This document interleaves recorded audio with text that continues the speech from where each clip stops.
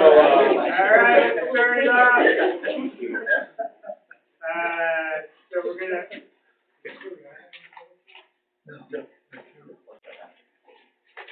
So we'll open up the planning board meeting for January 23rd, 2020. I was not here at the last meeting, so I did not know exactly what was on the agenda, so we didn't publish an agenda for today. I did, however, watch the meeting. It was exhilarating. There's really good minutes, too. There are very good minutes. I would just ask the folks in the audience to keep their voice up so it can be heard on the recording device. Did I mumble? Did I? I didn't. No, you were quite good. Thank you. You projected well. So tonight, what I believe we have on the agenda is a initial meeting to discuss the conditional use permit application from Sunrays Investment. They want to do a commercial solar array at the portion of the Maeda pit down by the old New Country School area, 113. And then I believe Gary may have some information for us about the campground. Since it wasn't noticed, I don't want to go into too much detail in it, just because it seems to be a crowd interest. So, but I think Gary has some information he wanted to convey, so we can do that if he wants to do that. And that should be it as far as I'm aware. If anything else comes up, is anybody else here for anything else? All right. So we'll get that stuff done and then go from there. So why don't we start with Sunrays Investments and. Can we deal with the minutes? I think that's really getting upset. So my understanding, technically, if we have a public hearing, that we don't actually have minutes to approve.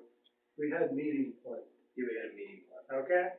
That 2 minutes and 30 seconds at the start. Yes. If you begin and the end. So I move we approve the minutes as written. Does that mean I don't need to take minutes of a public hearing? That's true. You guys could have told me that a month ago. Good Lord. But we like it when you like do. 10 pages. Yeah, okay. I didn't realize the extent to which you were taking minutes until I reviewed them in preparation for that. So I do apologize. But is that Like that thing going on. You really don't have to take minutes of a public hearing? Nah, you don't have to. Really? No. I like that you're indignant too. Well, I thought that was the main. I thought that was one of the main times. Well, maybe I learn something new every day. Maybe better said, our practice has been not to do it, whether you need to or not. Our practice has been not to take copious minutes during public hearing process. But you do have a tape you were saying or something? It is recorded. It's recorded.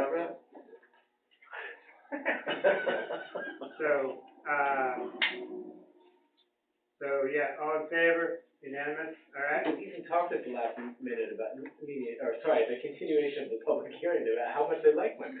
Yeah. But it's super helpful, so I didn't, and if you're gonna do it, We appreciate it. we do. Yeah, I follow rules, I know that about you. Any other, I would, Did somebody make a motion and second it, or did Yeah. Okay.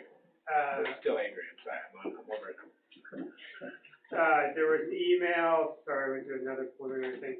There was an email distributed, that we have a board member who resigned. Sue resigned, so, we'll need to replace her, or you guys will need to replace her. And, I thought it was really great to have a different voice on the board of a different gender. So if, we could encourage you guys to find somebody of a female gender. I think it's important to have a lot of different voices, young, old, male, female,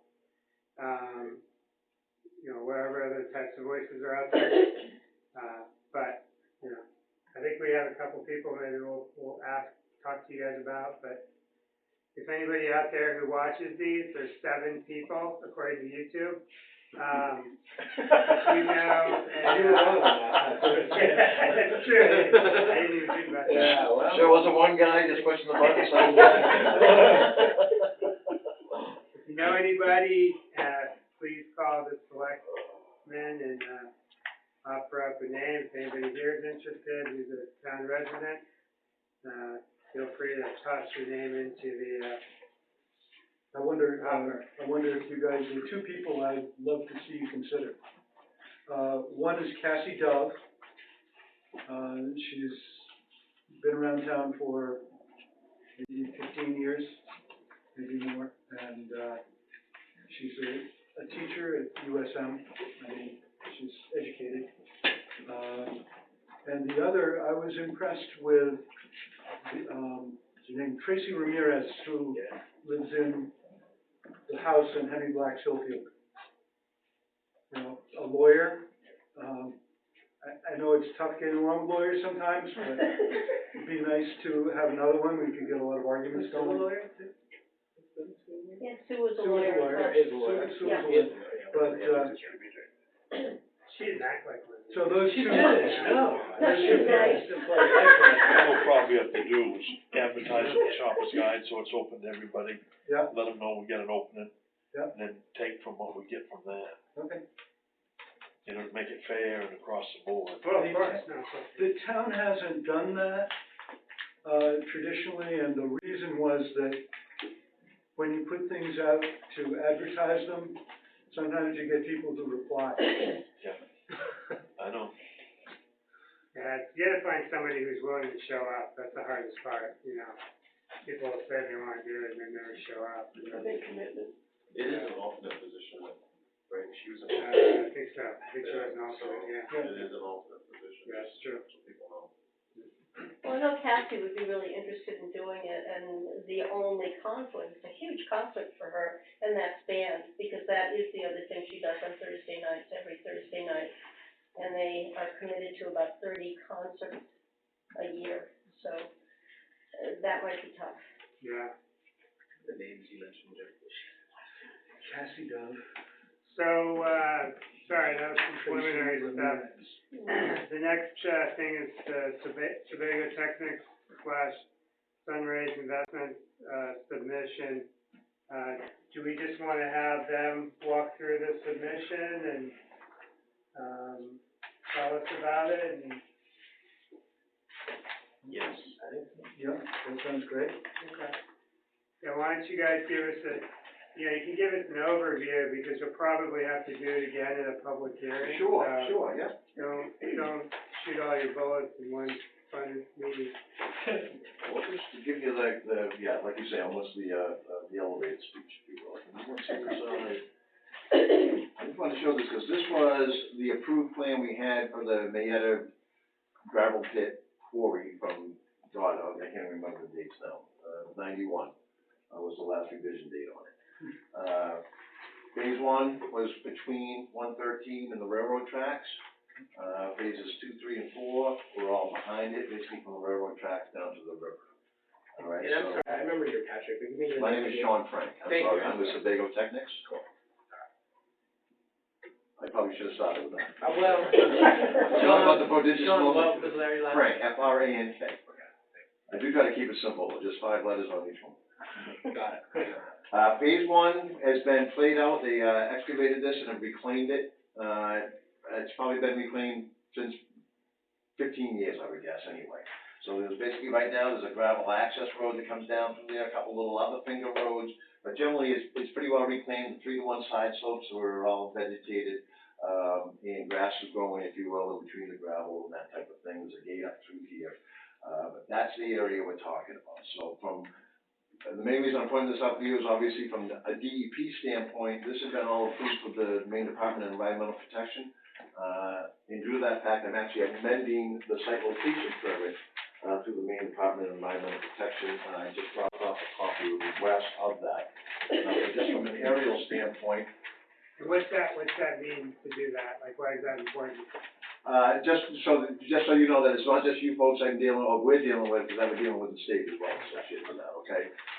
Because basically this is just under 20 acres, so as a standalone project, it probably wouldn't even need permitting through the department. Because it's attached to the rest. Yeah, exactly, but because it is part, it's, basically from a DEP perspective, once you have a site location permit, as far as they're concerned, that encumbers the land forever. So anytime you start doing anything after that, let's just say this got all played out and they wanted to do a residential subdivision or something, anything down there, to be perfectly honest with you, that would still have to go back to the department for review and approval. So again, just from a standpoint, this is generally the area we're talking about. This was an aerial, I think this is from 2018. Again, 113 here, the railroad tracks here, the quarry going down through there. Again, this is pretty much generally the area we're talking about, the access road that comes in, over the railroad tracks into the remainder of the property. And again, the fingers we were kind of talking about working its way in through. So, I was also wondering, is it possible when the state is involved in something that we could hear from that person at the state level so we could understand their interaction with us? I will send you every correspondence, I'd be happy to send you the correspondence I received from them, and I did drop off a copy of the application that I wrote this morning. That is required for folks to get that. And I'd be happy to, obviously, any correspondence I received from these folks. I'd like to, just if it's possible, to talk to the person, find out what the implications are. Now, his main point, to be honest with you, is again, we went and met with them, and if you look at their site location permit application, there's probably 25 exhibits to go with it, 30 exhibits perhaps. Now, a lot of them obviously aren't bill applicable. So we kind of went through, we did want us to send a letter back up to IFW, Natural Resources, all these other state agencies, because it had been a long time since they looked at it, and just asked them to take another look at it, Maine Historic Preservation. So we did send those letters out, the Indian tribes, just to ask, make sure, nothing is coming up in the last 20 or 30 years, so. Again, that's all part of the application that I did leave with Wes, that you folks will have here. We do have to do a notice, we have to notice the abutters, and actually put a notice in the local newspaper as well.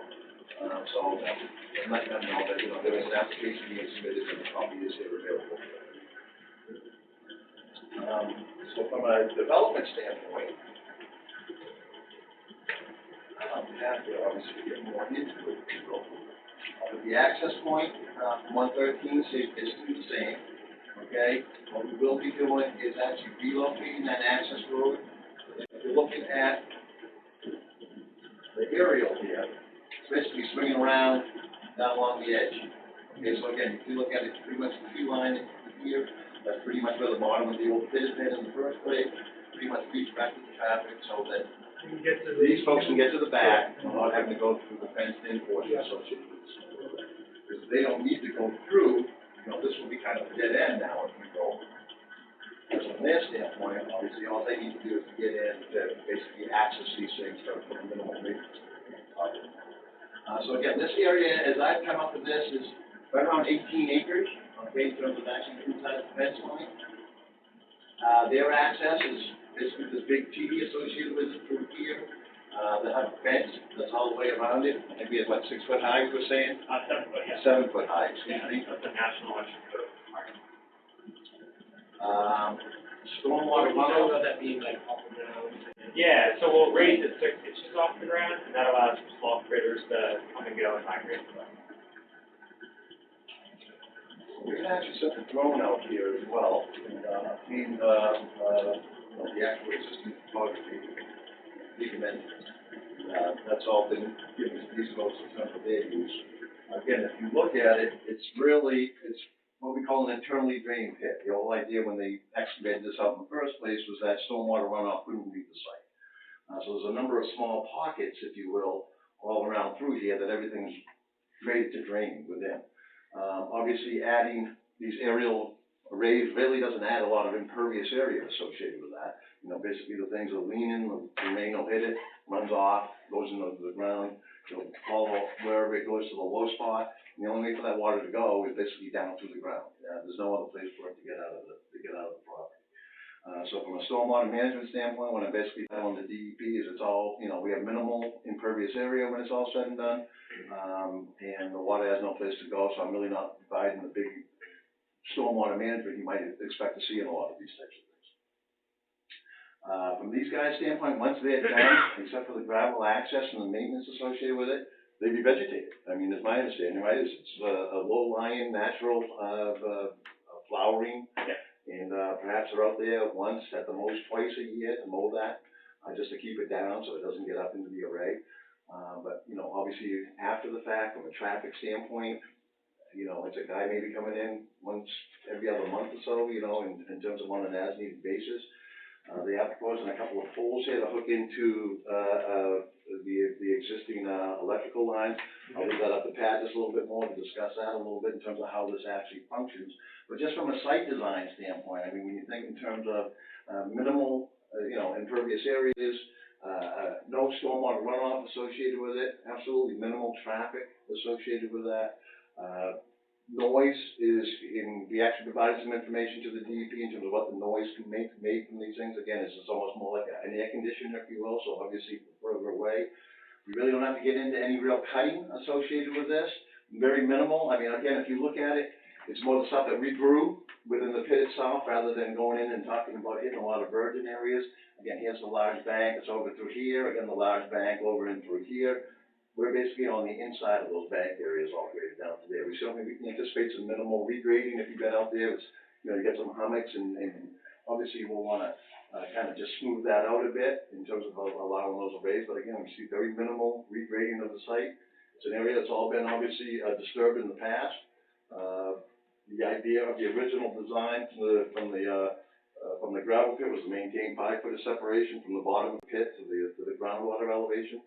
So there should be plenty of gravel for that water to just kind of percolate down through. Again, I've been out here numerous times and, you know, I've never really seen any standing water to speak of, so I certainly don't anticipate stormwater runoff being a big issue. Again, from an erosion control standpoint, the same thing, because everything's internally drained, it's a gravel site, we don't see any major issues associated with that either, so. There's my little 10-minute spiel. You might want to just talk about in terms of the connection to the, Sure, yeah. I can talk about the connection then if it'd be helpful. I'm happy to speak to kind of the refresh on the main, legislative program that has enabled something like this. So that'd be interesting, actual effort to show. Yeah, so Sean said, there's a couple poles by the street, so we have one up detail here that you guys will see. This is typical. This is something that CMP requires. In order to essentially bring the power from the panels to the pads, and then the pads to be useful, you have a transformer here where it all combines, and to get it to the grid, you have a series of these 3 poles. So you have a lock switch, you have a recloser with a primary meter, and then you have essentially a common coupling point where it ties into CMP's grid. So this is all equipment that they spec out, that they require to make sure that this system has no adverse impact to any customer on the line near and far. So there's a lot of protective relays and switches and things like that they're standard everywhere, but you know they'll apply here as well. Yeah, Sean said, you know, this is like a perfect site. They're not all perfect, but this is great because it's down in a bowl. Nobody's gonna see it. Nobody's gonna hear it. There's no odor with these things, and the drainage is naturally it's self-contained. So I wish they were all this case, but they're not. We were lucky to work with Vinny on this, and he's a big supporter of the project. And so we're going to be basically working through permitting in the next couple of months, hopefully with your board, with the DEP, to transfer and amend a portion of the site law amendment as that's required. And the goal is to essentially get this project in a position to meet with a very finite capacity of the incentive program. So there's way more projects than there is space. If we move quickly, then we aren't guaranteed space, but our likelihood goes a lot higher because it's the queue is based on when you get your permits and your interconnection agreement. From an interconnection standpoint, we have gone through our first initial study, came back, a lot of really great encouraging news. We're about to finish our second. We anticipate about $10,000 to $20,000 of gear that we pay for to CMP to again ensure that there's no adverse impacts to the regional grid.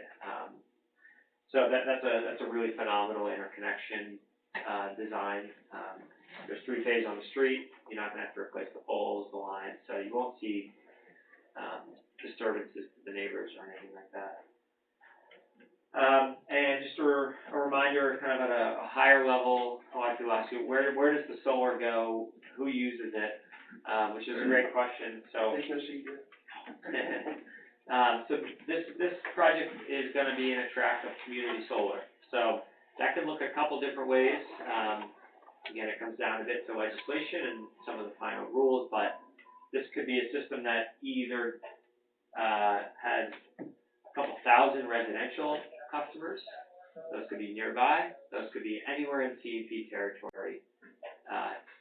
Technically, it doesn't matter. CMP, you just need to give them the account number. We have to have agreement, there's consent form and all that, but it's CMP region-wide. So it could be all residential. It could be all commercial. It could be a blend of the two.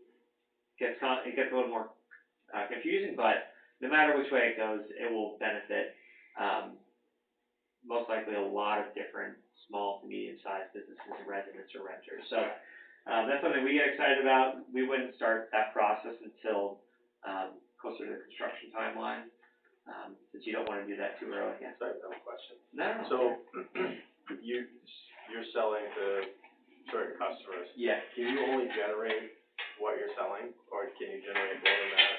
Yeah. So the rules are basically that over the 12-month period of say your bill, we can't send you more credits than your bill is worth. Like you can't have a negative bill. You can have a zeroed out bill. And so the easy way to think about it, and there's a number of ways it can take shape, but what I find to be an easy way is, let's say your bill is $100 a month. We can send you $100 worth of solar credits a month. So your bill looks like it's zero. And then we bill you for $90 and you say it's 10. Right? So the CMB, it basically shrinks, but you get a 10% discount on your bill. If we sent you $110 worth, CMP would go, you have no use for that. My question is more like, I guess my example would be, so you sell so many kilowatts of power. Yeah. Or, yeah, you have that many customers, you're selling 100 kilowatts of power, let's say. But you could actually generate 500 kilowatts of power. Yeah. Can you still generate 500 kilowatts of power, or how does that work? Yeah. So you just sell it to the grid and. Yeah, we have to fully subscribe the project. Okay. So we wouldn't have, Or with that situation wouldn't happen? Yeah, exactly. I was just curious. Yeah, that's a good question. So that's it at a high level. Dimensions wise, Sean talked a bit about like mowing, but the what we call the leading edge, the lowest point of the panels is about 3 feet off the ground. The highest point is just under 9 feet, 8 feet 8 inches. And we have a 7-foot tall fence. And so typically you can't see much. In this case, it's down in a bowl. Unless you're really looking for it, you're not going to see anything. Once we'll monitor the grass. If the grass is taken really well, which I don't expect it to take supremely well to hit, and there's no topsoil, but over time, grass will come in, weeds will come in, what we put down hopefully takes. And we'll mow it just so it doesn't get above that 3-foot mark. But by and large, we want there to be habitat there. We want the sediment to take hold. We want critters to be able to play in there. A lot of times what you frankly find is even if it's a farm field, it improves the biodiversity of it. Yes, there's a fence, so bears and deer aren't going in there, but you're having a lot of pollinators and you're having critters taking shade under the panels or sunbathing in the middle, whatever. So that tends to be kind of a good beneficial side product. Yeah. It doesn't really matter to us in our view, but are these panels going to track or are they going to be fixed? They'll be fixed. Yeah, tracking, just for your knowledge, tracking on a commercial scale, doesn't really happen in New England. They'll happen, like, some residential systems will have that, because I think they're very cool, kind of becomes like your pet. You watch it go all day, and I think that's neat, some people think it's neat. On a commercial scale, you know, these are harsh winters we have here. Introducing moving parts isn't really logical. You know, you're gonna, in the hydraulics, you're gonna have ice seep in and. What do you do with snow in the winter? So these will be at a 25-degree tilt. So when it snows, depending on how sticky the snow is, it'll either slide right off, or it'll stick for a day or two and then slide off. Once you start to, I mean, the panels are blue, so once you start to have a little bit of blue showing, like you can have a miniature slide, that panel starts heating up really quick, and essentially accelerates the sliding. So, like if you drive down to Massachusetts, there's a lot of solar farms on the side of the street, and on a big snowstorm, right as it happens, you'll see snow, but it's pretty amazing how quickly it slides off. So we don't touch it. I mean, the general rule of thumb is, if you're touching it, you might be breaking it.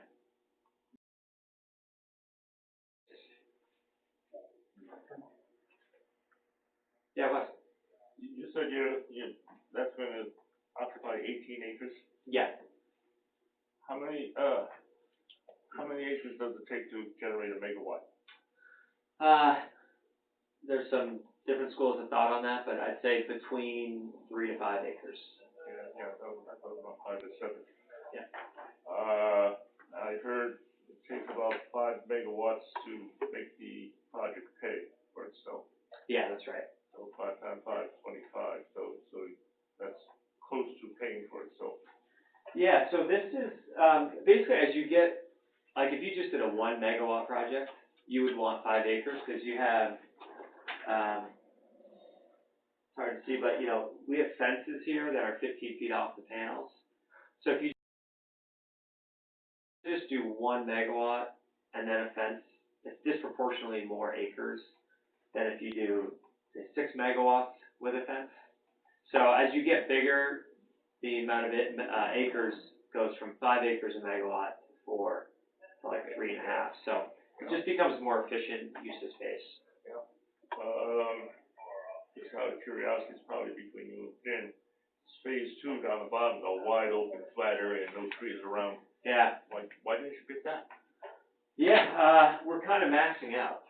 So the legislation that passed, and this is what our company always focuses on, is projects in like the 15 to 30 acre size. And so in Maine, the sweet spot is right around 20 acres for a number of reasons. The pit down below is more than we need. And so Vinny, when we were just talking to Vinny, you know, he said, what type of scale are we talking here? I said around 20 acres, and he felt like phase 1, which had already been reclaimed next to the 3 phase, was the most logical part of the property, which I agree with. Since your panels don't tilt or rotate, in the winter we're lucky if we get 5 hours of good sun. In the summer you get pretty close to 12. Yeah. How is the thing gonna pay in the winter? Yeah. So if you imagine a curve, the curve of sunlight in the summer is great. In the winter, you get shorter and stockier. So you get way less production.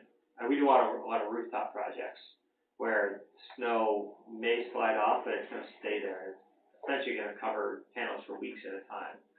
So we use a lot of really detailed modeling through the National Renewable Energy Laboratory, which takes decades of weather data. And they're essentially saying, you know, if you're in Baldwin versus Belfast versus Portland, you're going to get different levels of sunlight. So that all gets modeled in. I'm sure statistically there's an average, like in February you'll get 20 days of sunshine. You know, I made a commitment not to think about shady days as anything more than that. Otherwise I'd be unhappy on shady days. But yeah, we prefer sunny days. That's what makes it worthwhile. Okay.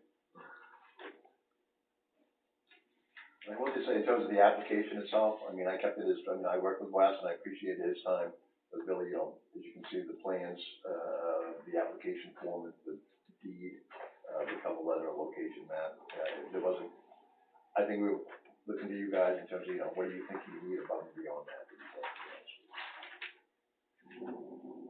What's the next step? No, probably public hearing. That's the same one, too. That's the same one. Yeah, not much to say. Well, the problem is that, It doesn't seem like it's gonna be a problem though, right? The timing. good rainy day and we'll be all set. So, are you buying this property from Baldwin Pet LLC? Yeah, so we're gonna be purchasing just the phase one and providing, securable easement through this access road to the rest of the property. Okay. So that road already exists that you're gonna be driving on? It partially exists, and then we veer off, and we basically hide it in the, It's right here now, Yeah. and then it's gonna move it to that red line, Right. so just moving it I off. was just wondering how much work that requires, right? oh, the Think about road, it, it's almost more just clearing vegetation, because again, the gravel's right down there, it's gonna be a gravel road at the end of the day, so it's really just, I mean, it's really minimal grading, get the vegetation out of there, because once you start using it for vehicles, just like the main road that's going down there now, I mean, it maintains itself pretty And well. you were talking about traffic being intermittent, right? Like, oh, yeah, that's, so there's two phases to a project, there's, construction and then operation. The construction, period is only about 5 months for a site like this that has so minimal site work. I'd say it's closer to the, middle of 4 months kind of timeline. So, there's different phases of that, but it's mild traffic, it's not super heavy. Post-construction, when it's operating, you're talking a pickup truck, every couple of months, if needed, definitely twice a year to do preventative, maintenance, and then 1 or twice for mowing, but, the first year you're working bugs out, the inverters are working at, say, 90% efficiency, it should be at 95, you're doing kind of diagnostics, so that's a pickup truck or two, but we're not talking big trucks post-construction. So the road that is that a right of way that Vinnie is keeping? Yes. Yes, How wide is the right of way? Why? I mean, we were looking with you about environments, and there was, I think we're talking 50, maybe for the right of way itself, but yeah, it was just a, 49.5. Our ordinance calls for, if you wanna build a house down beyond there later on, 50 years from now, our ordinance calls for 60 feet. 60, and thank you for pointing that out, I appreciate that. Don't wanna have something No, stand. thank you very Yeah, much, thanks. 'cause I was gonna actually check in with Wes on that, just to make sure we did make sure. 60. And the reason for that was that Chris Anderson wanted to shut off development as much as he could, and the standard at the time was 50 feet, so he thought, we'll go for 60. That means we'll have a bunch of roads people can't build down. No, What's the, water body down here? The water? the pond, I don't know, is there a name there? It's almost like there's a breakneck brook kind of comes through there, and it's almost like the culvert's crossing 113, where it kind of pulls up, between the railroad tracks and, I don't know if there was ever a name of that, to be We perfectly looked honest at all with the setbacks off that. Mhm. and you. Yes, we're yes. at least 75 And I have to feet have off. you guys ask for that, and we'll get those specifically on the plan too. I wasn't to mention that, Pat, we should add that on the plan. Yeah. What we have to set that. yeah, I think It it's needs to be 100. 100. 100? That's really easy. That's not us. Yeah, we had 100 from the breakneck brook, but I think we were only 75 from the pond when we first looked at that. So you may wanna look at that, Is it, shoreline, Yeah. yeah, the state requires us to go to 100. I We think told we them no, wanted and then they told us 75. Yeah, that's right, and they overruled that. And they overruled. okay, we can talk to Jim about that, I mean, Jim Byer at DEP is looking at the site plan review and, for the, site law amendment, Yeah. and so he'll quickly pick up on that, we Just can keep an eye on it. keep an eye on that, yeah. Is that shoreline zoning associated with a little pond like that? I know you're required on shoreline Oh, zone on map certain is things, right, like. right on the wall behind your map. Yeah, There's no shoreline zoning map. okay, you can look and see if it's on that, is it in green? Good, latch on to 113 and go up. Like, I can certainly see, usually floodplain wetlands associated with brooks, with breakneck brooks, I can certainly see a floodplain wetland being shoreline zoning on that. They want it 100 feet, huh? That's accurate map. I thought that was 75. They changed it. Yep. The high water mark. What's the crossroad here, Joe? What's the across the street? Douglas Hill Road. Douglas Hill. I think that's Douglas Hill right there. So it'd be right here, wouldn't it? Yeah. Yeah. Yeah, you're up there. Okay, it's right there. So that would be, so.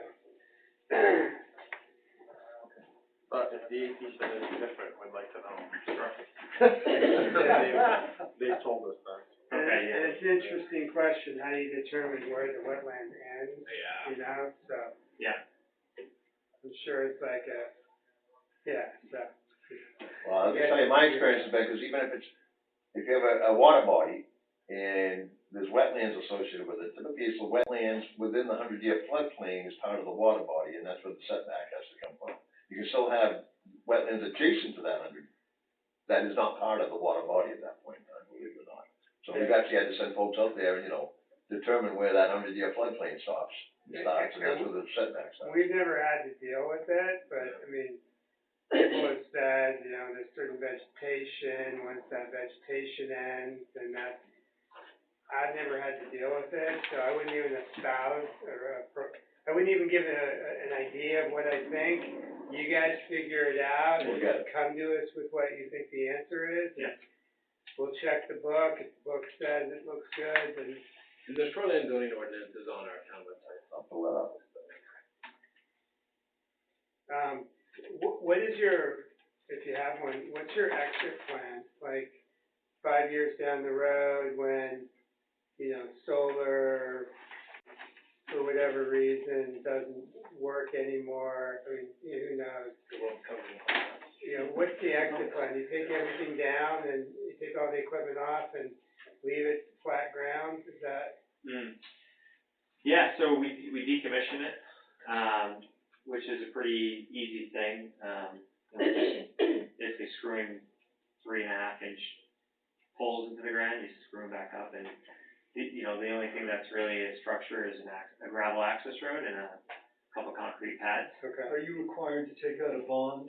Yeah, I can't remember if the DEP is requiring that, is it? I know, you wanted that as part of your submissions then, yes. Yeah, so you did give them a decommissioning, you did give them a cost of decommissioning. That's what they call it, decommissioning? Yeah. Yeah, Full disclosure, I have been talking to another company to Yeah. make a project like this on my land, so. oh, cool.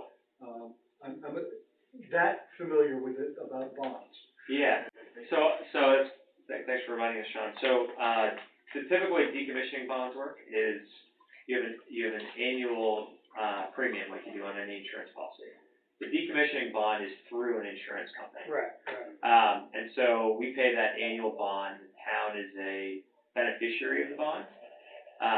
If we don't renew it, you're notified and you can pull in those funds.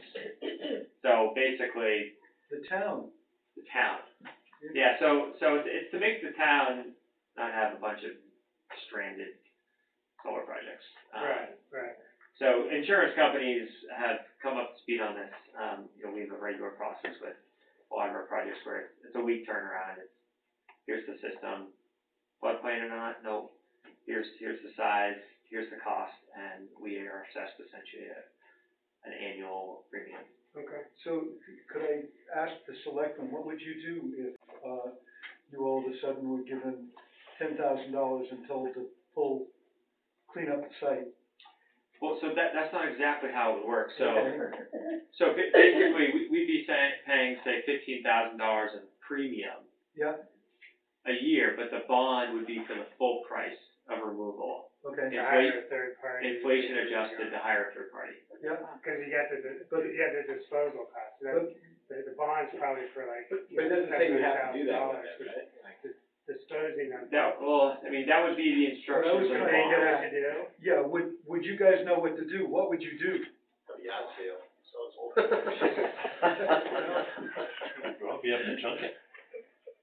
Well, I see what the market, I mean, if they're decommissioning it, the market value is gonna be decreased. So you probably have to junk it. Well, that whole system down for But, you know, I guess what I'm saying, Dave, is like, you know, somebody, I don't care how much money they gave me, if they told me I had to tear down 19 acres worth of a solar project, I'd go, what? Yeah, well, we wouldn't expect you to do that. We'd expect you to get on the phone and say, geez, I need someone to come over here. I and wouldn't take even this know who to apart." call. Right, You you know, just Google solar companies. We'll and get they'll- you some phone they'll get numbers you there. before we leave. Okay, I mean, just, I mean, seriously, you No, know. I appreciate what you're saying, but obviously, right, the idea is like, you certainly don't expect the town of Baldwin to come in here and do it with their public works crew, you know? Yeah. I mean, the idea is that the funds are there so that you can hire somebody to come in here and actually do it. Yeah. Heard, I guarantee you, DEP's gonna be watching over the show. You know, even a non-solar company, this is really low IQ level electrical stuff.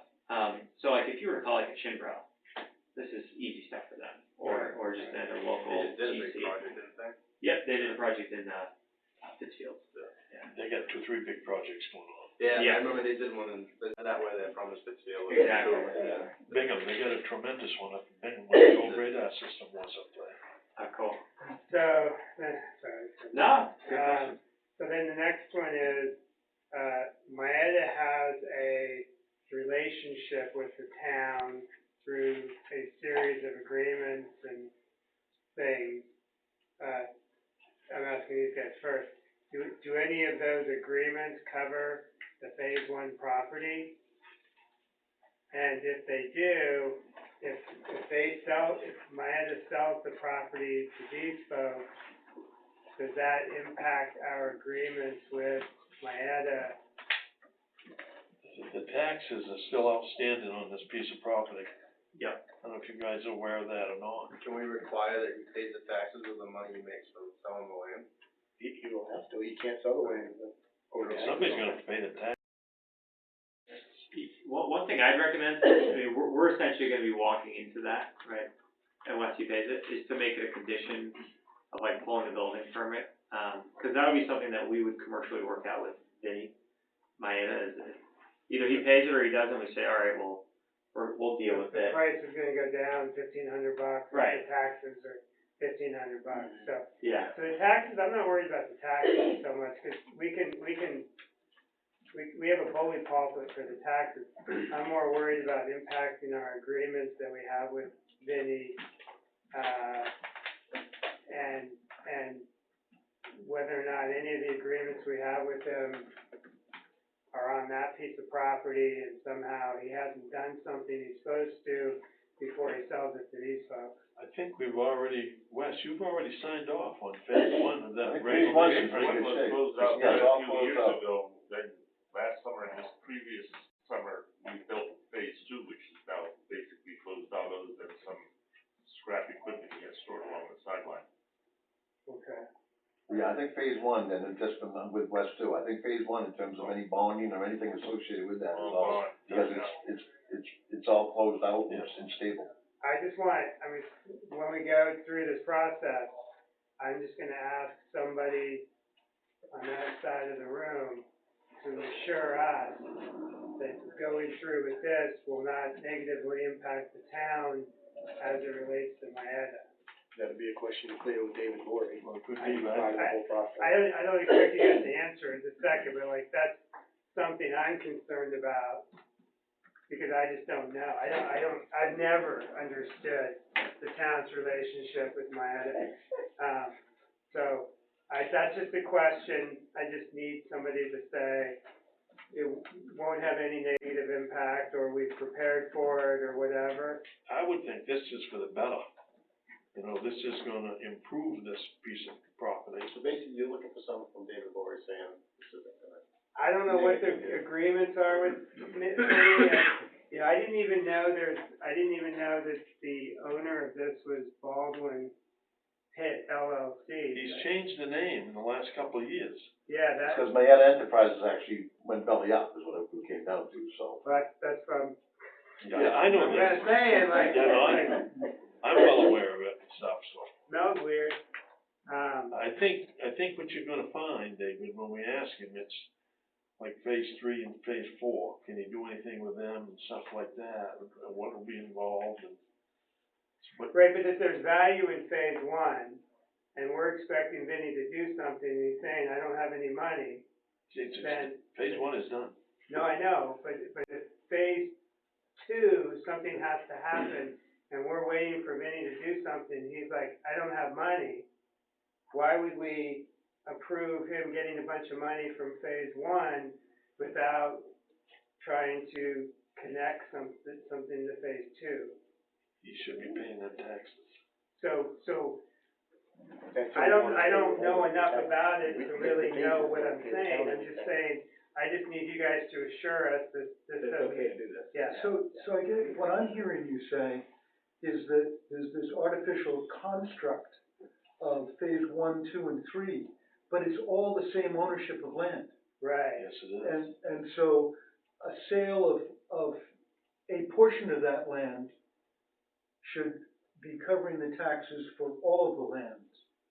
Or if there's something that he's supposed to do, like, if there's some mitigation that he's supposed to do on phase 2, the town should be talking to Vinnie about that before cause you guys don't own it yet, so, I just think, I don't know what I'm trying to say, I'm just trying to say, I just want you guys to tell us it's all good. Because I don't know what you guys are doing with Vinnie, I have no idea, I don't think any of us do, what you guys are doing. I think that I would like to hear from the town selectman / lawyer, saying that you guys are gonna take care of it so that we don't have to think about it. Exactly, that's. Because I don't think we're definitely start muddying the water if us start talking about all what can happen, and I don't think we should be Yeah, involved in cause that. we don't know, I don't know anything about it. But I don't necessarily wanna know anything more about it other than it's not an issue.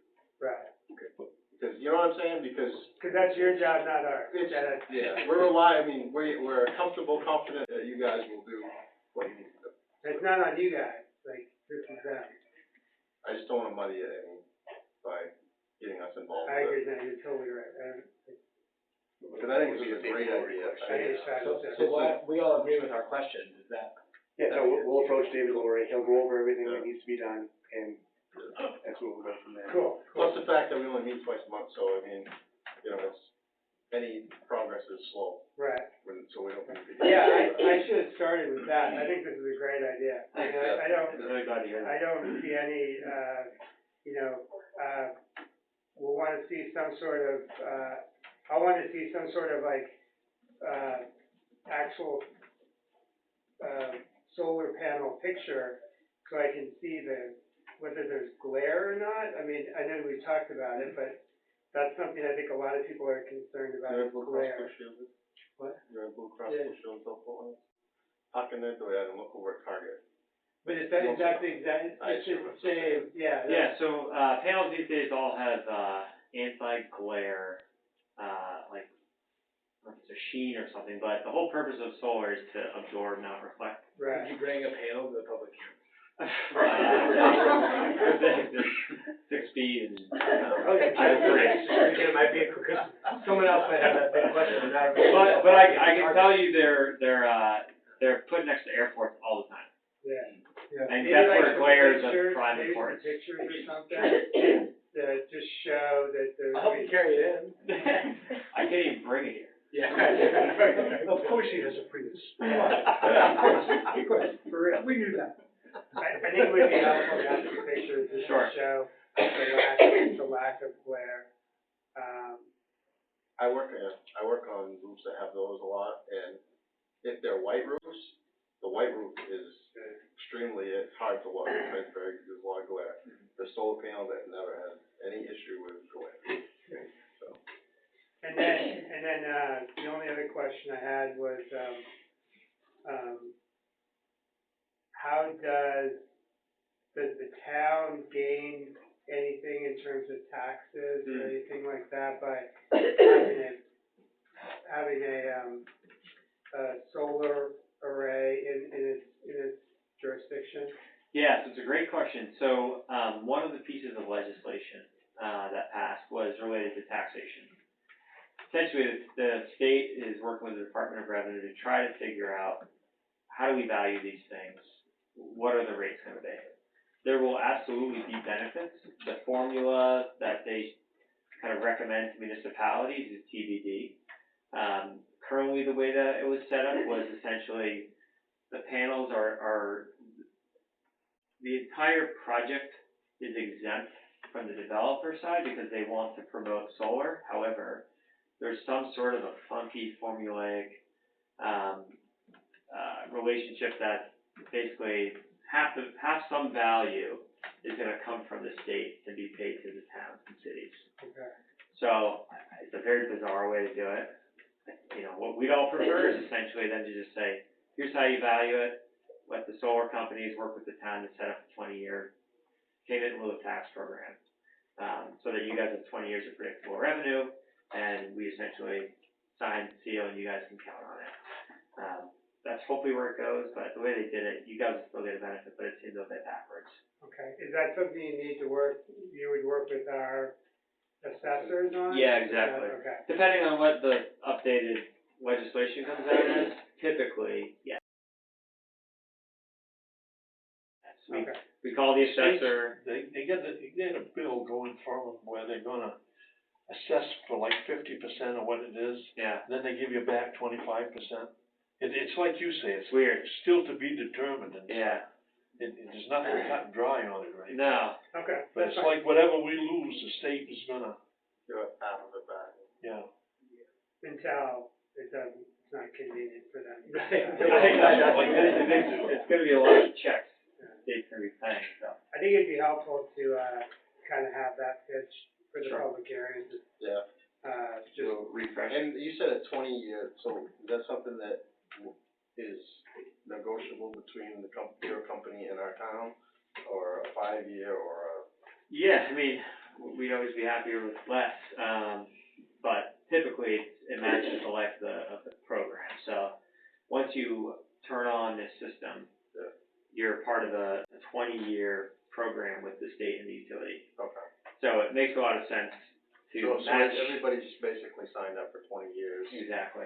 and is that the useful life of the? No, it's longer. So, Okay. if we're leasing the property, which we do a lot of the time, it'd be a 20-year lease. Cause you get all your value out of that first 20 years. It's all we can count on. Yeah.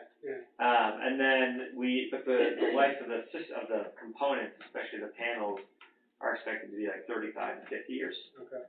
We'll have to exchange inverters, but the racking of the panels, those things are simple, they're there, they're gonna be great. So, you're gonna have everything in place to continue. So what we all think about is, all right, we know we got 20 years, set it up to work on 20 years, and then if at year 19, the state of Maine says, okay, all these solar projects you can put into the wholesale market now, we'll go, okay, does it make sense on this site, does it make sense on this site? Or maybe there's a new program, and so typically, solar projects will have 2 or 3 5-year extensions. And so from a tax perspective, that's, same thing, 20-year agreement, and then if at 19 years they come out with a new program, be okay, let's refresh the tax program. Well, you gotta look at it from the other side too, the buyers, cause these guys are basically signing a contract to buy electricity for 20 years, 20 years is a long time. Right. I Who was the hell on knows the what's planning happening board in for 20 years. My friend. So that's why everything's based on that whole 20-year time frame. And I've been asking guys, have Billy to sign a contract to buy electricity for 30 years and 40 years. Yeah. Who knows what's going on then? Okay. Anybody else? I mean, I know this isn't a public hearing, but anybody have any questions? Well, since we had a fan club, I mean, that's a first for me. In case I missed it, do you have other projects in the state, Yeah, we do. and how are they going? They're going really well. How long have you been doing it? I've been doing solar for 6 years. Okay, These are exactly the projects we focus on, okay, like this size. We don't do residential. We don't do huge utility scale, we like the commercial, there's a lot of fun complexities to it. And you said last time you had done a lot in New Hampshire because the laws in Maine had just changed, right? Yep, so we've done a lot in Massachusetts, a fair amount in New Hampshire. Those are kind of the same, man.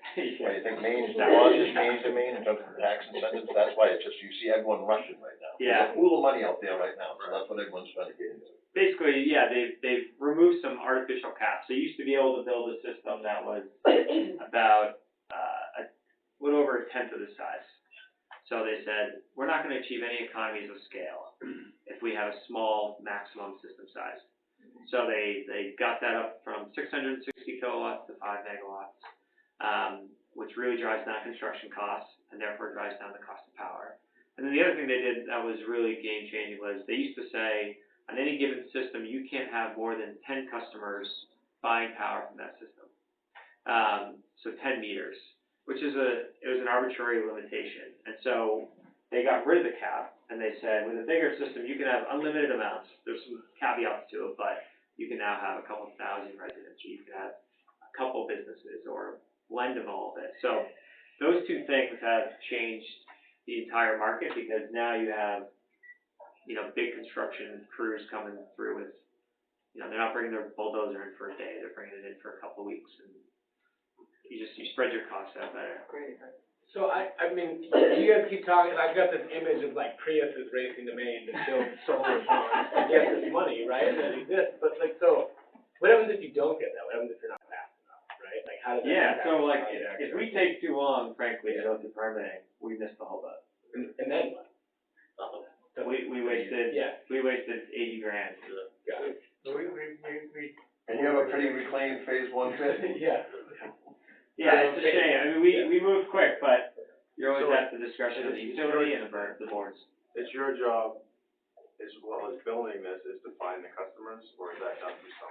Usually you use a third party who focuses just on that. So what we've seen, I mean, this is new to Maine, but we've done this in Mass a lot, is there are energy companies who have thousands and thousands of third-party supply customers. And so we'll sign an agreement with them to offer renewable energy to their customers, and they can enter off out. And that is starting here now too. Yeah. There's firms set right up in Florida. Yeah.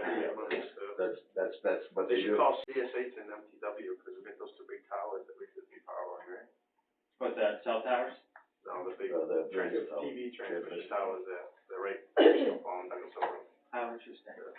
What they would call those guys use, I have no idea. So, Patrick, if we approve this today, which Yeah. I know isn't gonna happen, like, when would you all start building and when would this be moving forward? Probably fall. Okay. Yeah, ideally. And if not fall, then probably middle of next winter, wait for snow to kind of get out. And you'll still feed enough Priuses to that pool money.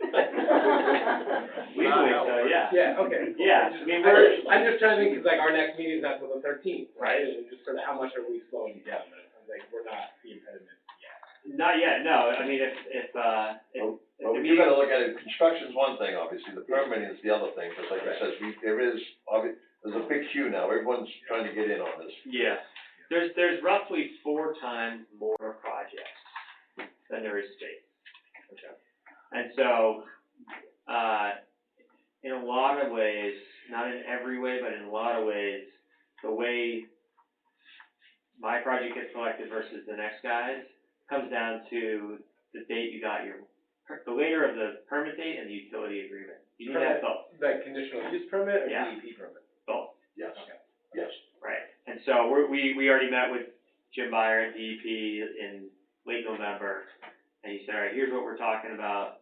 It's an amendment, it's quick, it's not a full on-site law. So we've done a good job phasing. We're gonna be done with CMP within a month. At the end of the month, we'll be done with CMP. So permits are my last hurdle, and basically when all these projects submit for the program, they're gonna sort them. Got it. And you sort them by the date. I'd just like to say something candidly, so everybody gets an idea of the scope of a project like this. Earlier this past spring, early summer, we had a firm come into Long Creek, and looking at town land right across the street. And so I would talk to them, and I said, I understand you have, 9 other towns that you're looking at. Yeah, I said, are we in competition with those towns? He says, no, we want them all. It's coming. Yeah. Yeah, we're a, Long road. Long road, not long. Yeah, they're still around, they didn't walk away, they're still around. Okay, I get an email every once in a while. okay. But I will just say from a land use standpoint, I mean, the fact that, you know, we're basically reutilizing what has been basically a previously disturbed area that's now almost a mole in the world, in the ground. Trees pretty much all around it, and it's a bit off the road, so I mean, hopefully from an impact on the neighbors and anything else, it should be. This site is an ideal site, I've done internet reading on it, and they encourage, land that is non-productive, and it scales up, or, abandoned industrial areas, things like that. You can think about like the old brownfields we Farmland is talked the about. last Perfect. land to touch. that's right. So, alright, so Matthew asked what's next steps. Yeah. So, public hearing and site walk are next steps. Can we consider a site walk, I mean, since it is what it is, as long as it was a plowed area where we could all park our cars and look at it, is that acceptable? I prefer no, just because that would start walking back our policy of the last 4 years. However, so sidewalk before public meeting or sidewalk after public meeting? Usually we have the site walk before, so we know what we're talking about. Yeah. Strange idea. Yeah. Well, we're saying don't. Yeah, so, okay, so today, is there if we follow our procedure of we can't do sidewalks with more than 2 or so inches of snow, is there too much snow on the ground to do a sidewalk today? Yes. Okay. I'll look up the weather real quick. It's changing for Saturday. 3 days above 40 degrees, but I don't think it's gonna get, and we're supposed to get either snow or rain on. I was hearing rain, but I'm more on the coast, so I don't know about, you Yeah, more that's in the the. problem. Same, Yeah. right here. You guys try to hold, right on the line? Can we get 3 of them? So we could schedule a site walk and then cancel it if there's too much snow, correct? Correct. So today is the end of January, so the earliest we could do a sidewalk is like 3 weeks because of the public notice issue. Well, yeah. Well, isn't it, what do we need, 2 weeks to notice? What is it? So you gotta get the 10 shopper's days, guide. you gotta go 10 days. So you get the shopper's guide Monday, comes out Wednesday. Yeah, so that'll be the 20. So we could do it on the, Wednesday would be the 29th, yeah. So the earliest we We could could do do it Saturday would the be the 8th. yeah, So that's assuming we have melt between now and then. So, We will next week, but who knows the week. right. Yeah, but if we don't schedule it, there's obviously no chance of us having a site walk. I mean, I hear him saying though that like timeliness matters, so Yeah. it seems like it makes sense to me to try. well, so do we wanna try the 15th? Day after This is a dumb Valentine's question. Day. If they were, I I haven't been out there, but can you plow most of that area, or can you plow a good part of that area? I don't know how, 19 acres. I know how much it is, but Yeah, we can plow the roads, you can see there's a pretty good, Right. if you look here, I mean, obviously, Yeah, you should see my driveway, I have 2 acres and it's all plowed. we got, but we have to be able to see it. and if you see here, I mean, obviously you can come back through here, you can probably get a bit down, but you can see at the same time, there's certainly hummocks, you know what I mean, and. But I hear what so- you're asking, Matt, if you went and plowed it tomorrow, we had 3 days. Well, alright, so not to bring up the campground, but when we did a sidewalk at the campground, I mean, there's a lot of different areas you had to look at. With this, it sounds, and I haven't been there, so I'm just guessing, but if you had a place to park your vehicle and you could stand and look at the whole site, can you see the whole site more or less from the road coming in? I mean, I haven't been there. This, you can certainly see all the way across and through here, you know, this would probably be, looking up through here. So what I really wanna do before I open my mouth is, what do you think, Wes, can we get up in the here? This is a here, Yeah, this is all wide open. Yeah, it's almost doesn't need any touching the at all. things that are there. Over here, you're gonna need to do some, little and flattening out its rugged. Exactly. Yeah. Right. The last time I was in Pitt, we saw things that were there that were not supposed to be there. In the phase one area, or phase two? I don't know. Well, I think phase one's on this side of the railroad track, and then everything else on the other side, is that right? Yeah. Okay. Well, why don't we try for the 15th? And What is your logic of the, I mean, the only reason I worry about going later than the 8th is that it's just more likely it's gonna snow. or more likely it's gonna melt, so, cause it's getting warmer, so last week was the coldest week of the year. Yeah, and February and March are our biggest snow months. That's true. Skier. That's true. Actually, March is the biggest. Well, can we try for the 15th or whatever, and then we may have to reschedule? That's why I was saying the 8th, and we You're thinking could, the 8th. I'm saying the 8th, cause we could notice it on Monday, and then set the public hearing for the 13th.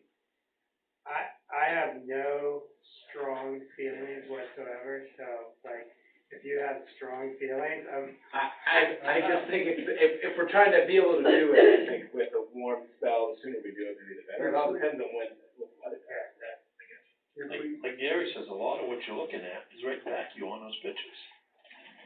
That's the pit you're talking about, right there. That's phase two. That's down below. Yeah. If we could do it so I could, be done by 10 o'clock. I mean, sometimes people think, well, we gotta schedule it so that it's like 10 o'clock in the morning, and then it takes up the whole morning, and I'm supposed to be somewhere at 10 o'clock. I could be late, but, you know, having it start at 10 would mean I couldn't be there. okay. So 9 o'clock on the 8th? That's tentative. We'll make a determination, so we don't have a meeting between now and then, do we? Okay. I will, notify, everybody via email if there is a cancellation. And we'll put it on the town website if, there's a cancellation. Can you put that in the notice? That a cancel, if canceled will be placed, if canceled due to weather, notice will be put on town website or something of that How verbiage. about, rather than saying cancel, postpone? Postpone, yeah. Another question, are we also setting the public hearing for the 13th?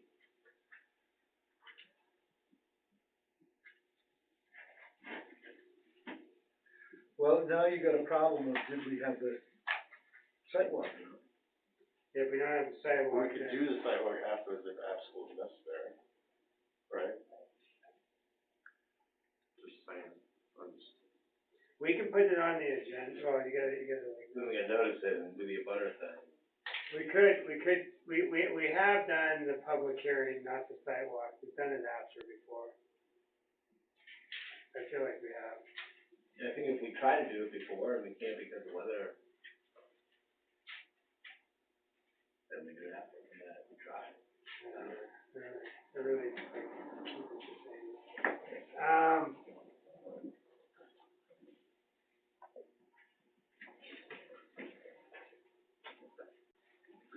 I guess the other question is we, accepting the application? Yeah. Okay. Do we have to vote on that, or?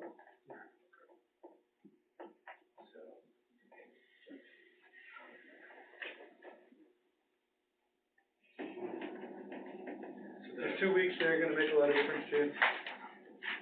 Guys, I don't, we'll take whatever we can get, obviously, so, but like I said, I don't know, I'm not anticipating doing any real survey layout out here, I mean, what you're gonna see is what you're gonna see, I think the limits are pretty self-explanatory, so. It's not like I think of most sidewalks where I'm sitting building corners, you know what I mean, and this is the detention basin is, and the septic system's over here. So I'll say one thing that is ridiculous, but true, is, my wife is due on the 17th. Well, congratulations. That's vitally important. So, if there's a way. That's not ridiculous. Well, I feel bad using that as my request. That's a good excuse though. So I would love to see if we can get in there before, Do you think she's gonna be on the due date, not ahead of Is this your time? first kid? I don't think she'll be ahead of time, no. So what do you wanna do? You wanna do what? If the 13th is possible, I would Your first greatly time, appreciate it, I am. 13th, for a meeting, for the public hearing? We can tentatively schedule it, but it's contingent on doing the sidewalk. Sure. So, how do I notice that? Do I just say, I just noticed it, and then we just won't do it if we, no one, it's rare folks show up, so. and I can do all the stuff in the shopper's guide, but I have to travel for a couple weeks for work, so I will not, there's no way I'll be able to get here. Can you send it to Danielle and have Danielle? From one of you or Danielle, and they've helped me before. Danielle had asked, I asked Danielle, not to get off subject, but I've asked her about doing the minutes, so that we don't have to do the minutes, and she said she'd be more than happy to do anything that we need to help. She'd even be willing to do the minutes based off the recording. Yeah, you can't hear it. I've been, Okay. after we talked, I've been listening. But I think Danielle, we should utilize her more for stuff Can like that. we ask her to do the butter notices? Okay, okay. Well, I can So- speak it. When are you guys buying it? Are you waiting to buy, are you waiting for us to approve it before you buy it? Are you waiting? absolutely, yeah. Okay. Yeah, after all that. So we have, this is a technical issue. You know where I'm going? David? Yeah. Go ahead, you do it. Well, just typically we require the owner to at least be present for part of the, process. Well, I can ask him to come to the public hearing, yeah, he can, he actually, even he said, if we needed to come down. Yeah. Because, I didn't know the selectmen would be there in the corner, ready to tackle for taxes, but it's all worked out. We've had people I didn't tell him that come to us much. for conditional use permits, renters, and the owner didn't know. Oh my, yeah. Well, I did have him sign the application, if you notice that. Yeah, he did. I had the applicant sign, and I had the landowner sign as well, so you do have his signature on the application. Yeah. So that, just so I'd like you to do know see that. the he- face. Submit the option So- to purchase. Yes. And so we also submitted the option to purchase, and in there it authorizes us to pursue permitting and do purchase. Okay. I think it would be helpful to have Vinnie Okay. come in. When you at least ask about it, I'll ask Yeah. him too, I just don't bring it Totally. I know, It's his wife dragged him down to Florida quite often, so. It's just kind of been our practice because Sure. of that one time that we had, they came in and they didn't know what. I remember you guys did say that when we were here, what was it, November, I guess it was, that's why, like I said, when I came to see Wes, I did actually have Vinnie sign, Vinnie, will you sign this one for me, so they know that you, at least, you're aware of what's going on? We had the guy who wanted the gravel extraction, and the person who was buying it from didn't know there was gravel to be extracted. He was paying on time and, it was, And then we had the wire cutter, the wire stripper. yeah, the wire stripper. The wire was other stripper one, was The wire the other one. stripper, yeah. I mean, it's been crazy stuff. Just for clarification, I'll reach out to Vinnie, if for some reason he has an obligation on the 13th, but can come to the site visit on the 8th, does that satisfy? It, Or or, be at the sidewalk yeah, instead of the public hearing. or do you need an actual public hearing? The public hearing would be best. If he's not able to do that, just let me know Okay. and we'll figure it out. I mean, I think the primary thing is to make sure that it's really in his name in many ways because you have an option to purchase, but I'm not sure that's really a property right in the land, so, It's secureable. yeah.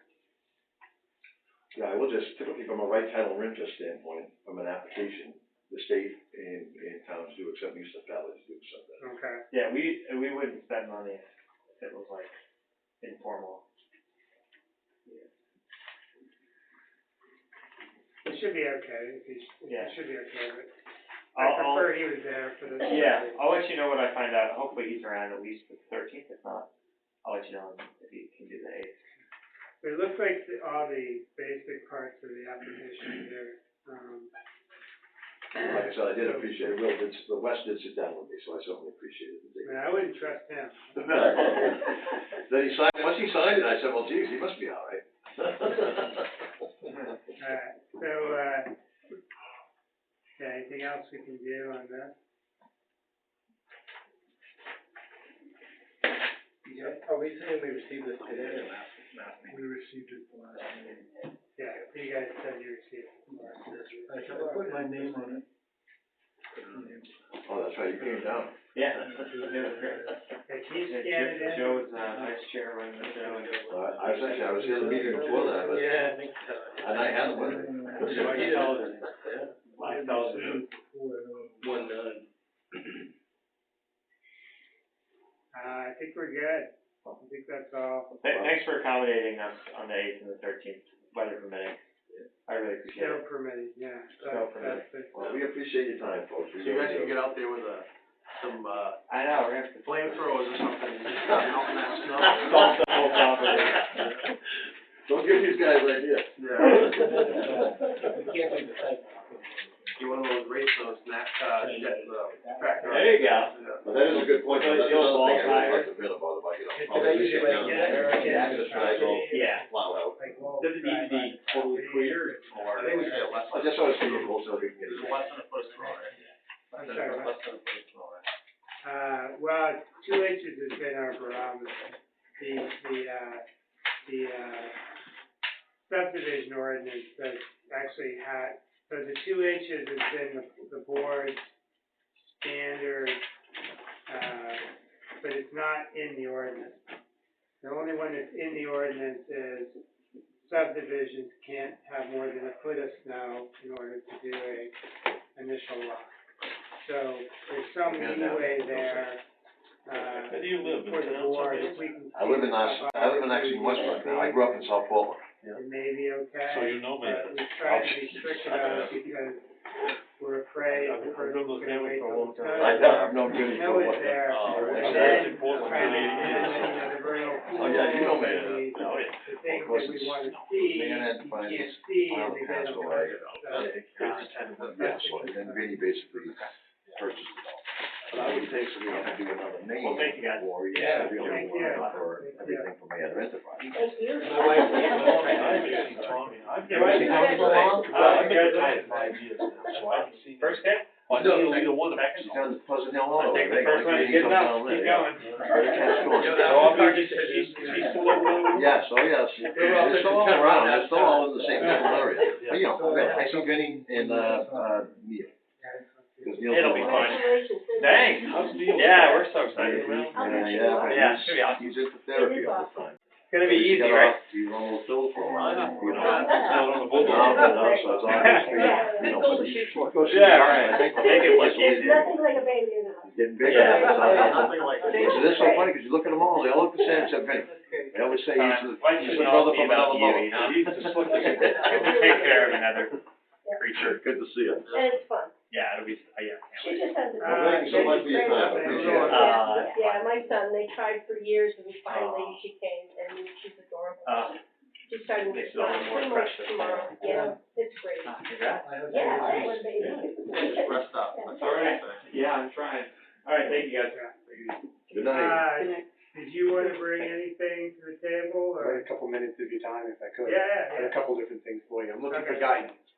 okay, So we've heard the concerns and we're restructuring the campground a little bit to be more neighbor friendly, scaling it down a little bit, changing some sites around from not all RV sites to some of them are gonna be glamping sites now. It's gonna limit the traffic from RVs down to cars.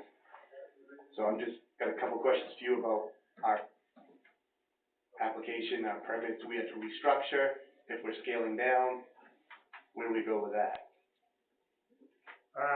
It's the same footprint, same layout, just less sites.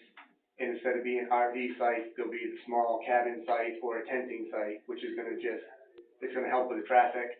It's gonna be less RVs, more pedestrian traffic, right. less sites. The so most, cut probably the down most on important everything. thing was knowing how many RV sites compared to what. Right, and we have that, but do we have to do a whole new plan, or can we just say, show it on paper, scale it down, we have X amount of RV sites, X amount of cabins, X amount of tent sites? Cause before we had 300 sites, TBD. Joe, did you stay up there? That's my next question. That's just part of the process. Okay, and then,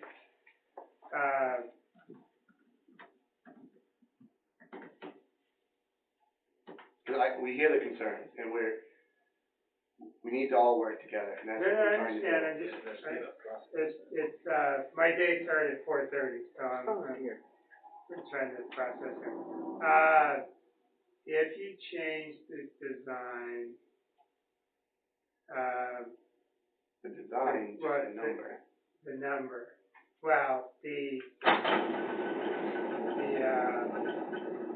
character of the I can site. get your quote for that, by the way. Is that particular issue? Wow. So, People come from all different. so what ripple effects will that have if you change it? So will you need to submit an entire new application, A?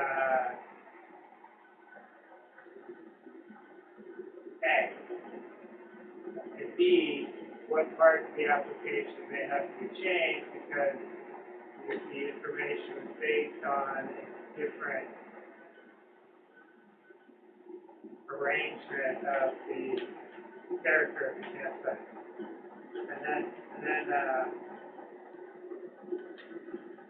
And then C, are you gonna show us a phase implementation? Yes. Okay. That was one of the other restructuring we were talking about.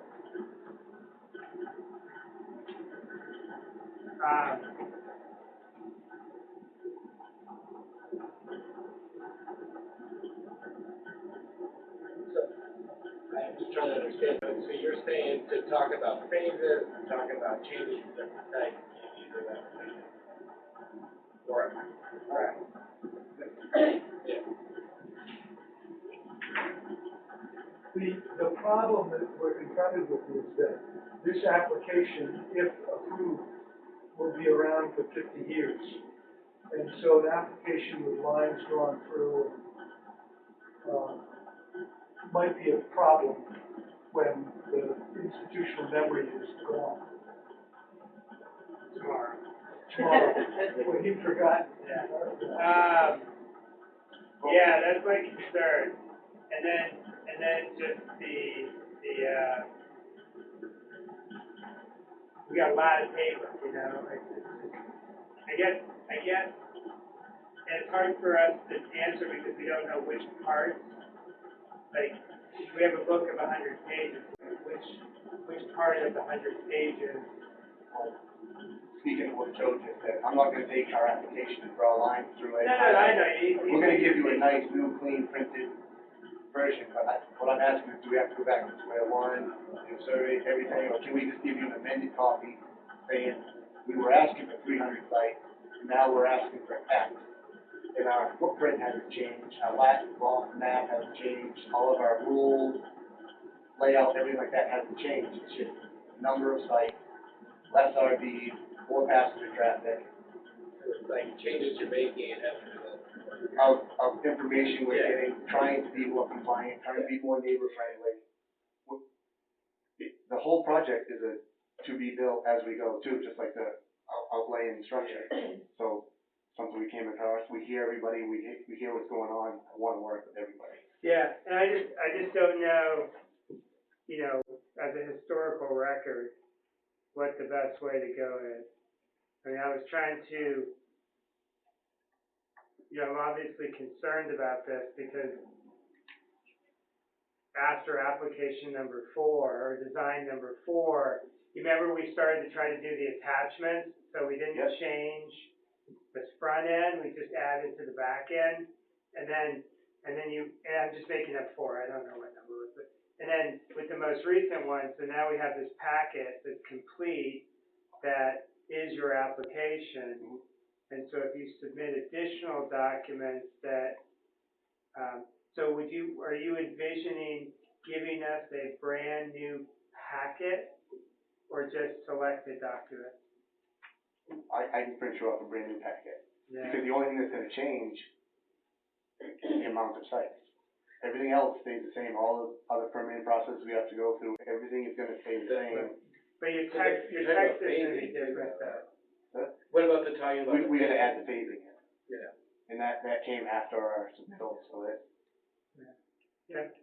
So maybe, Gary could submit an amendment, his amendment, And then, have in mind that if the conditional use permit is granted, that he will print out a brand new clean copy That's what I was thinking. for the files. Right. That makes Once sense. all said and Instead of, 'cause done. we have so many Yeah. changes and things are changing along the line. Yeah. With, like you said, Joe's back's blown out from carrying around all our applications for all these times. Right. And they've been improving as we're going. Yeah, no, I'm Work not, in progress. it's not a disparagement, it's just trying to figure out how to do it. I don't think we have a clear vision of how to do it, so why don't you come to us with your best answer, and at the end of the process, our goal is to have a single document that's clean, with, But as built. yeah, Yeah. that's clean. I agree with that 100%. That'd be a lot easier on the engineer's end, our end, your end. We can have the paper scratch copy until the pending. Just make sure anything that you give us after this application has the date on each page of what you're submitting. Yep. That's the easiest way for me, so I know I received this on February 9th or whatever the next, So then when I look at it, I know it's a second generation document. Right? I think that helps a lot. And I'll leave it up to you, we'll leave it up to you in terms of how you give it to us.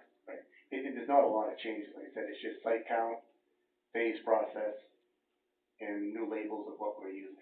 Okay. So it's not a huge What's your change. number you're looking at now? We haven't hammered it out, but it's considerably less than 300. Half or more than half? It's more than half. More than half. I'm just No, we gotta find a number that, He said 200 the other night at the Okay. selectmen's meeting. that was I told you it was a ballpark. Yes, and that's, we gotta make sure that we're gonna be financially able to run the campground with X amount of sites, not be greedy and work with the neighbors. Are you pushing for seasonals too, or is that something that? Yeah. I mean, most sites, most RV sites. Yeah, it's a lot easier on our end to do that, 'cause there's not a lot You of don't have turnover. RVs Yeah, going and in and out stay. every weekend, yeah. 'Cause the whole traffic count thing, that was a shock myself as well. 165 cars an hour does not make sense to me.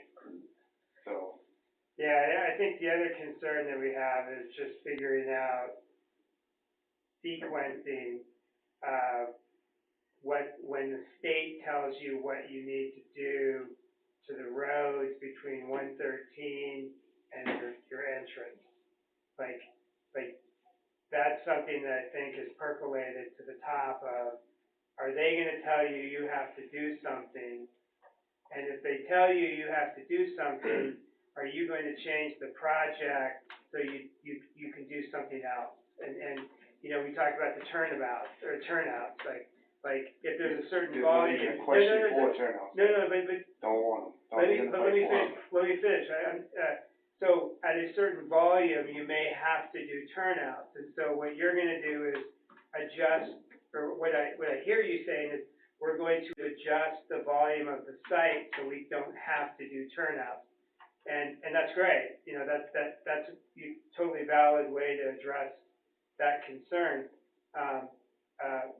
My concept is, what other potential things may the state want you to do to either, Senator Black or the side road, Marston Ponds Road, Marston Ponds. What other things are they gonna ask you to do based on your current traffic count, to those roads?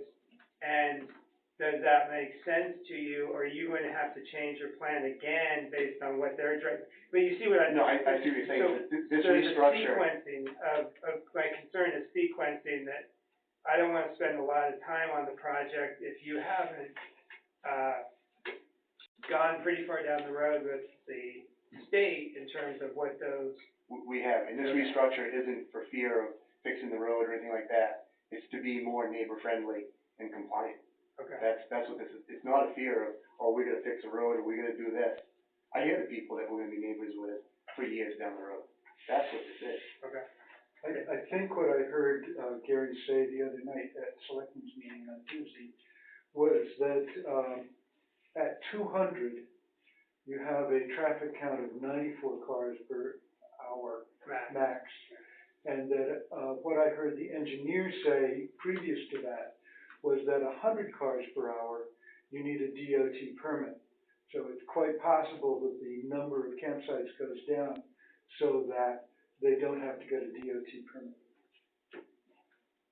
That would address the sequencing issue.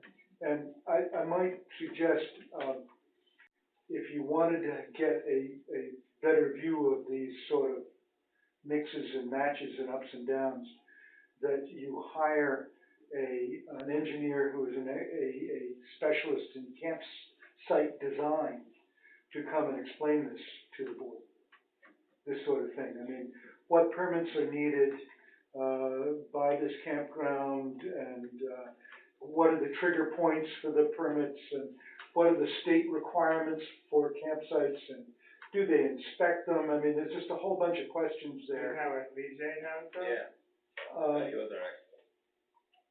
You think Lee J is the expert on campsite design? Well, that's my ask. I don't. I think he's an expert on forms, on how to make a. Well, if you have a name, we'll certainly, I mean, I think I'll try to definitely, come up with one. I think definitely, understanding the access road issue, I still don't totally understand that issue, and maybe I just haven't thought enough about it. I mean, the Marston Pond Road. Fixing it up, going through there, widening it out from the one up there. Yeah, As far as Marston goes. yeah. Nothing down the center of Black Road. Right, so Marston's, I don't understand right now what the plan is for that, because it doesn't seem big enough to me right now.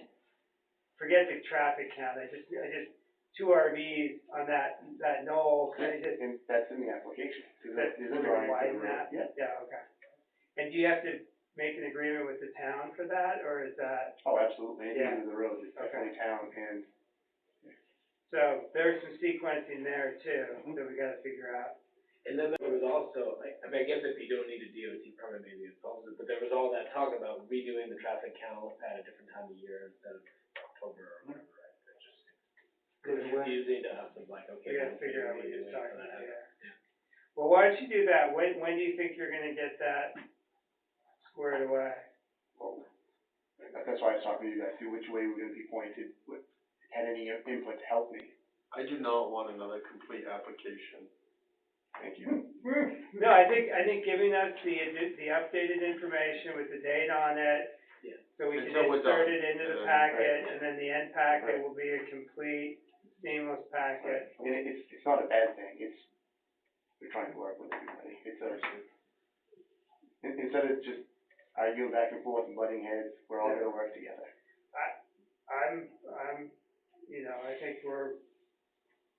I think for the most part, we've been pretty fair in moving the stuff I forward. don't say anything wrong. It's just, it's a big project, and there's a lot of moving parts, and you were reacting to public comment. For us, it's changing it, so we have to like mentally follow the changes. It's just, we don't do this you're living this, for us, I touch this once or twice a month, for a couple of hours, but yeah, when do you think you'd be submitting that additional information? Kinda can be ready in a couple weeks. Okay, so the next meeting is what? 13th. Do you think you'd be ready by the 13th? Yes, it'll be a brief meeting with us, and not much is changing. Yes, I can be ready by the 13th. Okay, well, so where do we leave the public hearing? It's on the 13th. Solar. Oh, no, I'm sorry, I thought you meant solar. We left it, what was the word, just. Postponed To a date uncertain. Yes. Until the 13th. Then I would say we already have a public hearing on the 13th. But I don't know,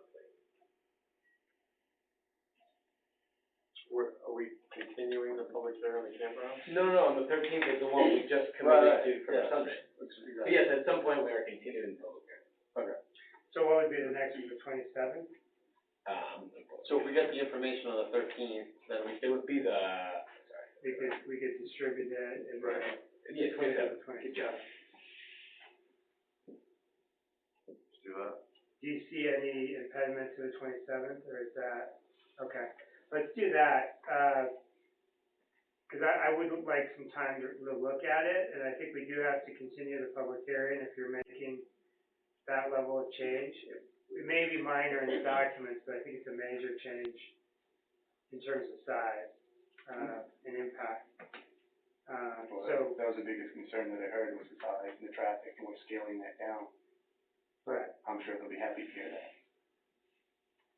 Yeah, I think, and the phasing, I mean, I think the phasing it makes me more comfortable thinking that we could, approve the concept and approve it happening in phases and having some performance goals that you have to meet, that you can't go on to the next phase if you don't meet the performance.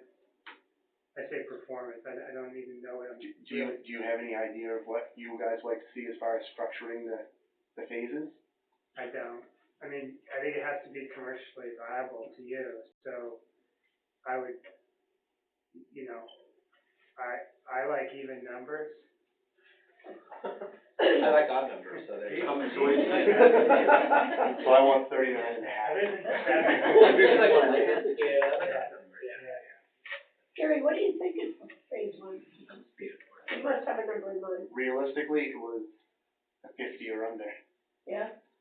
Yeah, so I would just pick a number, 3, 4, 5, not 7, 8, 9, cause, 7, 8, 9. I still think Got that's plenty funny. more jokes. I still think that's funny. No, I mean, pick a number, I mean, yeah, I don't think we have any preconceived notions, but, some number that 3, 4, 5, I think is really like, It'd how be- to target Like that. when we do the phases, I guess what I'd like to see, and I think other people, I'm guessing, would like to see is phase one is, all right, we're open the first year. They're gonna have this many sites available, and that's gonna last for 2 years or 1 year. Right. And then To be determined. phase two is gonna start on year 3 or whatever, and then we're possibly at, obviously you may not end up getting to phase 3 or phase 4, you may. Or we may. We may But- shock everybody and be great. No, I guess I didn't mean it that way, I just meant like, May take longer. may take longer, it may, But it can't be quicker than the limitations you put on. Correct, yeah. And I'm less worried about time than I am, that you're not a bad neighbor. Right, you know, limitation that, and condition. that the road's not being used for campground activities and that you're not using the land for things that are prohibited under, those sorts of things is what I'm worried about. So I think, if we kind of mesh those together, you're a good citizen, you being a campground, a good citizen. There's some concept of sequential growth, over time. That would make me feel so much better than plopping down 300 campgrounds, whatever it is. Plopping those down and saying, let's see Financially, what happens. the timing, it doesn't work. Right, So, right. So I think, that concept just makes me so much more comfortable that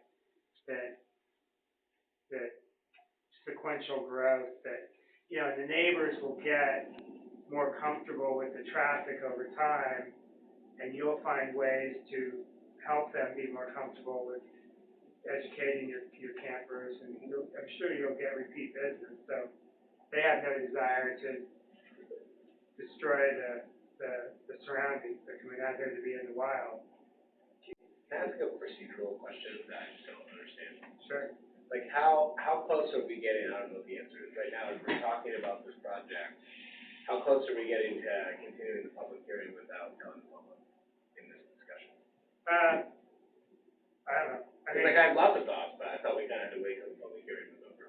That's well said, yeah, no, I agree, I'm sorry, we shouldn't go too far into it, but, I mean, I respect that you asked the question, and I feel like we answered it, and then we're starting to talk about our thoughts on it. no, I agree, okay, so, 8, we good?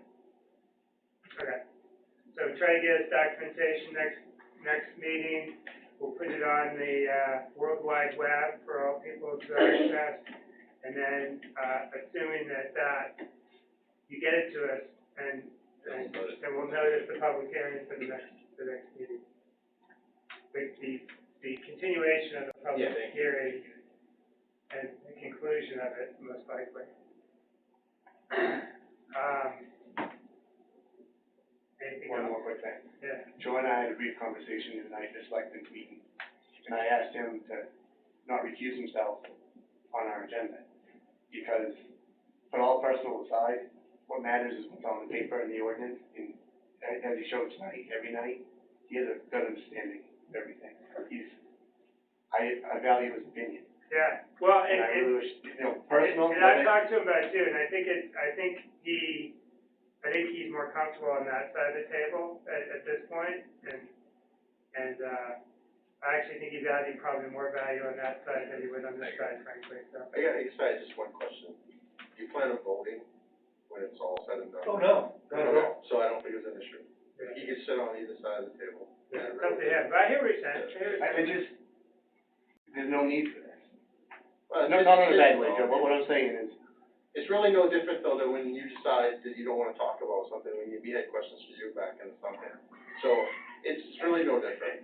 He's doing what he wants to do, and I think he has a right to do it. And I don't think it made him talk less, right? Like, That's- and all the information he's offering in a way that. That's been pointed out to me. Well, All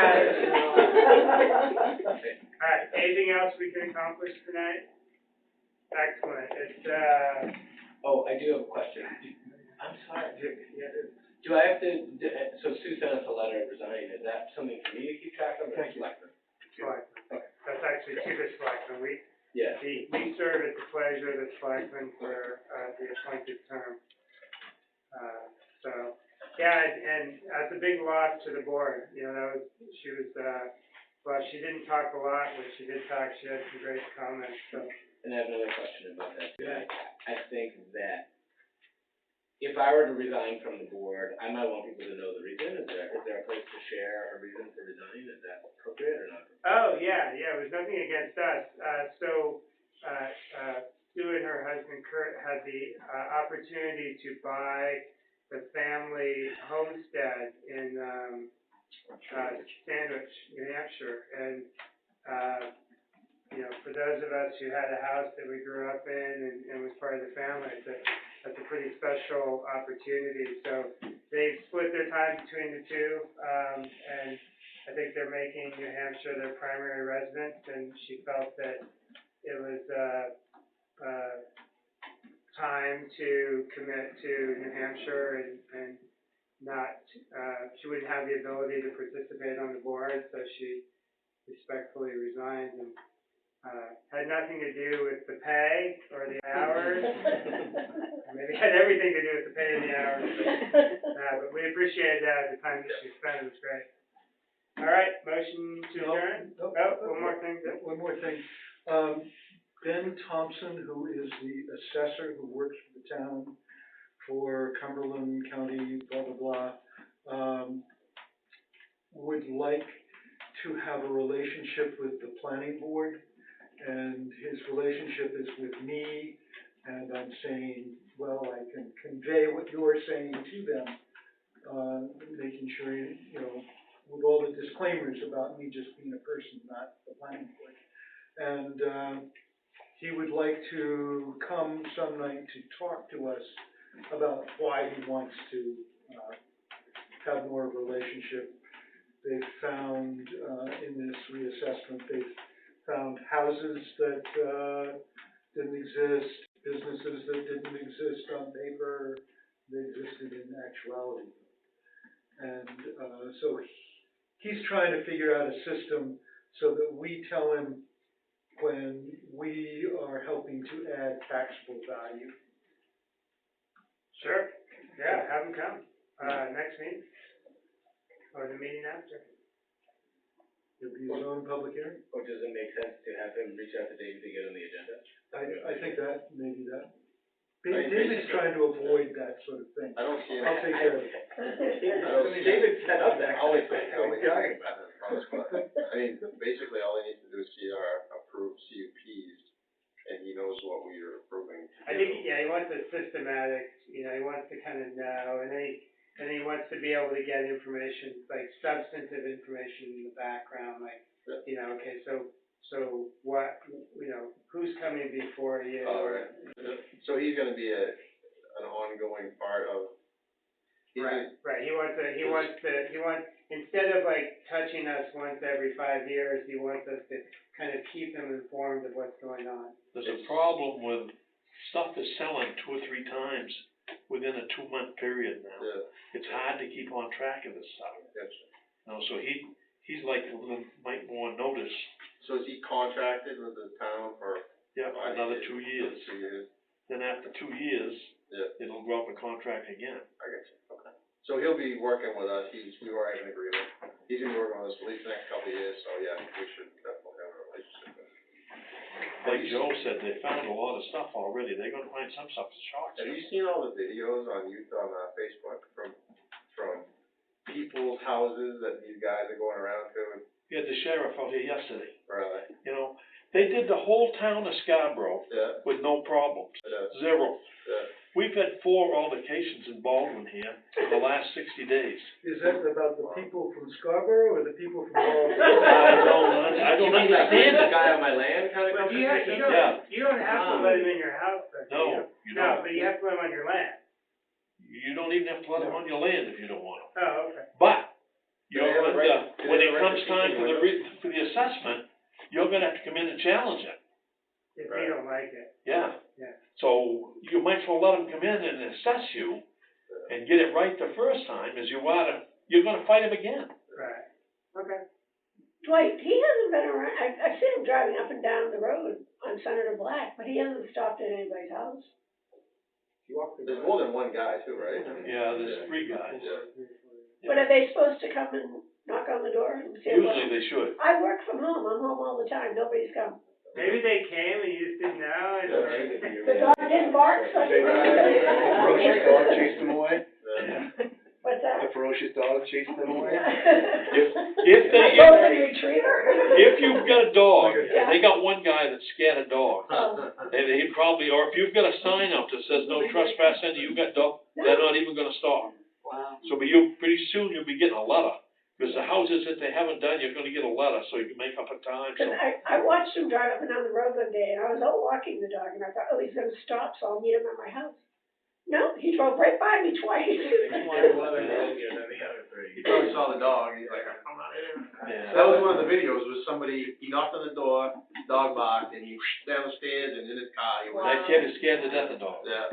I talked to him yesterday. Oh, yeah. They're funny videos. Well, I mean, I don't know, it's funny, I mean, the guy knocks on the door and then all of a sudden he just beats feet for this car and, I mean, he's walking real fast, let's put it that way. Long line of work if you're afraid of dogs. It's interesting that they have somebody doing this in a rural area with lots of dogs and many houses.